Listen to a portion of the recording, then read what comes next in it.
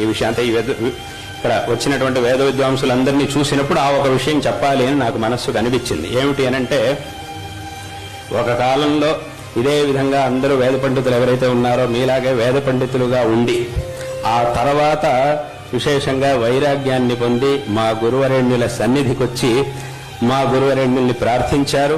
విశేషంగా అన్నిటినీ త్యజించి సన్యాసాన్ని స్వీకరించారు.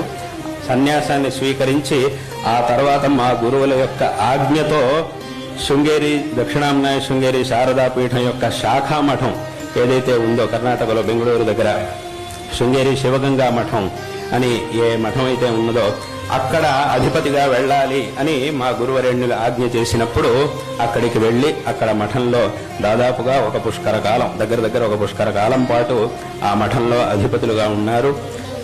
పురాశ్రమంలో కంభంపాటి నాగేశ్వర అవధాని గారు, ఆయన వేద పండితులు. ఆయన ఎప్పుడు కూడా ప్రతి సంవత్సరం శృంగేరికి చాలాసార్లు వస్తూ ఉండేవారు. ఆయన ఒక కాలంలో అందరూ అంటే ముందు చక్కగా వేద విద్వాంసులుగా ఉండి చక్కగా వేదాధ్యయనాన్ని చేసి ఆచారంగా సంప్రదాయంగా ఉంటూ ఆచారయుక్తమైనటువంటి జీవనాన్ని సాగిస్తూ అందరికీ కూడా తెలిసినటువంటి వారు పరిచితులైనటువంటి వారే మళ్ళీ ప్రత్యేక పరిచయం చేయాల్సినటువంటి అవసరం లేదు.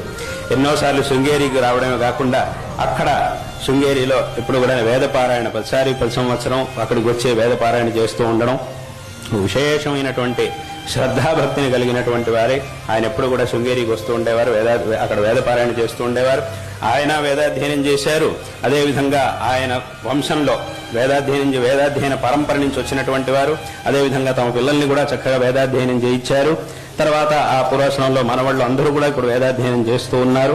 అటువంటి ఆ పరంపర నుంచి వచ్చినటువంటి వ్యక్తి ఆయన శృంగేరికి వచ్చి మా గురుగారి దగ్గర సన్యాసాన్ని ప్రార్థించారు. అప్పుడు మా గురుగారు సన్యాసాన్ని ఇప్పించారు. సన్యాసం స్వీకరించిన తర్వాత మా గురువుల యొక్క ఆజ్ఞతో వారి యొక్క ఆదేశానుసారంగా ఆ శివగంగా మఠంలో అధిపతిగా ఉండాలి అని మా గురువులు ఆదేశించారు. సన్యాసాన్ని స్వీకరించి పురుషోత్తమ భారతి అనేటటువంటి ఆ నామధేయాన్ని యోగపట్టాన్ని పొందారు. ఆ తర్వాత అక్కడ శివగంగా మఠానికి వెళ్ళి అక్కడ దాదాపుగా ఈ పుష్కర కాలం పాటు మఠాధిపతిగా అక్కడ ఉండి, అంటే మఠాధిపతిగా ఉన్నటువంటి సందర్భంలో ఆయన ఒకటి మఠాధిపతి అని మాత్రం కాకుండా ఒక ఆదర్శమైనటువంటి మఠాధిపతిగా ఆయన ఉండేవారు. అలా ఆయన ఒక చక్కటి ఆచారంతో ఒక ఆదర్శమైనటువంటి మఠాధిపతిగా ఆయన ఉంటూ ఉండేవారు. కాబట్టి ఇవాటి రోజున దురదృష్టంతో ఇవాటి రోజున ఈ శరీర త్యాగం అనేది జరిగింది. కాబట్టి ఇదొక విషయాన్ని ఈ సందర్భంలో చెబుతూ ఉన్నాం.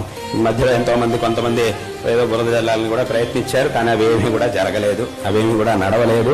ఆయన చక్కటి ఒక మఠాధిపత్యాన్ని నిర్వహించారు.